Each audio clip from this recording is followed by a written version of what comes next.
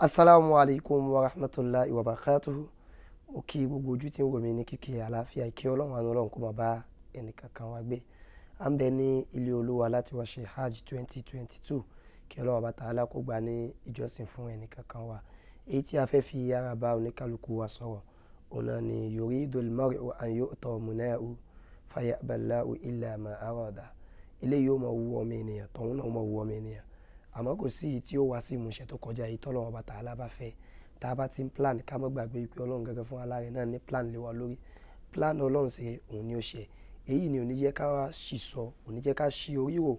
ní ìgbàkúgbà tí orí wò bá lọ bí a ti fẹ́ kó lọ. A rí ẹni tó jẹ́ pé ó fẹ́ wá sí ilé Olúwa yìí nìkan bí ọdún méjì sẹ́yìn tó jẹ́ pé látara COVID-19 kò rí bí wá sí àyè yìí. Ẹni ó máa wo rẹ̀ níwò ìpé bóyá àbí orí òun burú ni àbí kádàrá tako ni. Bẹ́ẹ̀ sì ṣé kádàrá tiẹ̀ náà ló tako gbogbo èèyàn generally tí ó jẹ́ kí gbogbo èèyàn wá. Mo ti rí ẹni tó wá bá mi pé àfáà ìdákun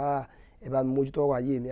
láti jọ ẹnìkan kan fún mi ní Mọ́kà ó wá di ọdún tó fún mi Mọ́kà báyìí lọ́wọ́ ní kò sí Hajj ọ̀dàkùn wọ́n ń sàsí mi àsàsí tó wá sàsí ẹ̀ olówó àwọn gbogbo ayé ń sàsí ọ plan tiẹ̀ nìyẹn wípé tó bá di ní 2019 2020 kò délé Olúwa àmọ́ plan tó Ọlọ́run ni pé àsìkò tí wàá débí ò tí ì tó mọ́ wàá já kàn mọ́nà àánú Ọlọ́run mọ́ dẹ̀ ṣe ọ̀rọ̀ sọ sí Ọlọ́run níta bá ń lé tọ́wọ́ bá ti tó ẹ jẹ́ ká mọ́ fi ìgbàgbọ́ wálẹ̀ ká dẹ̀ mọ́ sọ fún Ọlọ́run pé kò lè ṣe mọ́ ká dẹ̀ mọ́ ṣe ọ̀rọ̀ sọ sí Ọlọ́run ká mọ́ rántí wípé plan tiwa ó yàtọ̀ sí plan ti Ọlọ́run. Àdúrà tá a kàn mọ́ ṣe náà ni pé Ọlọ́run jẹ́ kí èròǹgbà wa jẹ́ kí ó ṣe dédé èròǹgbà rẹ̀. Ẹni tó bá ti ń ṣe irú àdúrà yẹn Ọlọ́run fúnra lára rẹ̀ ó mọ ju ọwọ́ lẹ̀ fún wẹ̀ níbẹ̀ nítorí pé Ọlọ́run gan fúnra lára rẹ̀ kò ń fẹ́ kéèyàn pé òun kó ohun tó máa jẹ́ pé ẹni náà fún ẹni tó fẹ́ ṣe nǹkan kan tí ò tí ì ṣe lọ́dún yìí ó sì ní ọdún tó ń bọ̀. Ẹni tó fẹ́ ṣe nǹkan lónìí tí ò rí ṣe lónìí ó sì ní ọ̀la. Ẹni tó fẹ́ ṣe nǹkan lọ́sẹ̀ tó ń bọ̀ tó wá wò pé agbára mi lè má kà lọ́sẹ̀ tó ń bọ̀ mọ́ ti ìbànújẹ́ òyì tún ní àmọye ọ̀sẹ̀ à ń bèèlè ọ̀sẹ̀ tó ń bọ̀ gan ò tí ì dé Ọlọ́run ọba lè fún ọ lágbára bífọ̀ ọkọ̀ ẹsẹ̀ yẹn tó dé mọ́jà kàn mú ná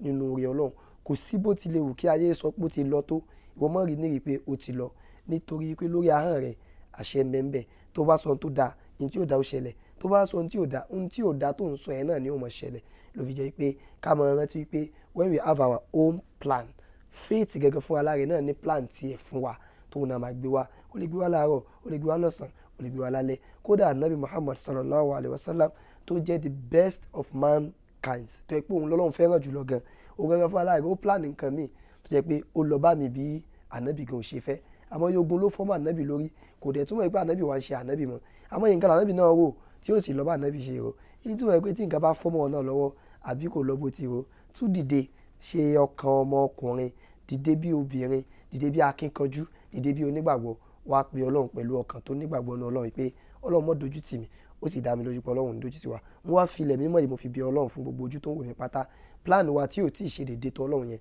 Ọlọ́run jẹ́ kó ṣe dédé rẹ̀ ní táwa ń fẹ́ Ọlọ́run fi lé wa lọ́wọ́ tó bá fi lé wa lọ́wọ́ yóò wá bá wa kalẹ̀ wala amina ya Allah al-Fatiha.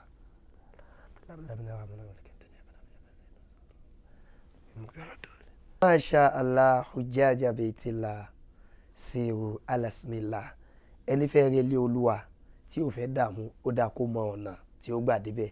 ìyẹn là ní fi dààmú. Iléeṣẹ́ wa Qiblatayn International Travels and Tour wọ́n bẹ fún wa tá a bá fẹ́ rìn ìrìnàjò lọ sí ilé Olúwa yálà Umrah ni tàbí Hajj nígbàkúgbà tẹ́ ẹ bá kàn sí wa ẹ bá wa wípé a ní disappoint àníjà yín kulẹ̀. Iléeṣẹ́ wa ń bẹ ní Abuja ó ń bẹ lẹ́kọ̀ọ́ ó sì ń bẹ ní Canada kò dẹ̀ síbi tẹ́ ẹ ti fẹ́ bá wa rìn ìrìnàjò yálà láti Nàìjíríà àbí láti òkè òkun ni tí ò ní jẹ́ rọrùn kí Ọlọ́run Ọba Ta'ala kó mọ̀ ṣe ilé rẹ̀ léwọ̀ fún ẹnì kankan wa àbí ẹ fẹ́ rán arúgbó àbí ẹ fẹ́ rán bàbá àbí ẹ fẹ́ rán ìyá kódà ìyẹn fẹ́ rán ìyàwó ẹ̀ àbí òun fẹ́ gangan fún alárẹ̀ ó fẹ́ lọ pẹ̀lú àwọn jàmáà rẹ̀ Qiblatayn International Travels and Tour wọ́n ṣe tán àti gbé wa débẹ̀ lọ́ntẹ́dẹ́rùkùn jẹ̀míàn àmọ̀ retí yàn má sàlámà wa ilal liqa.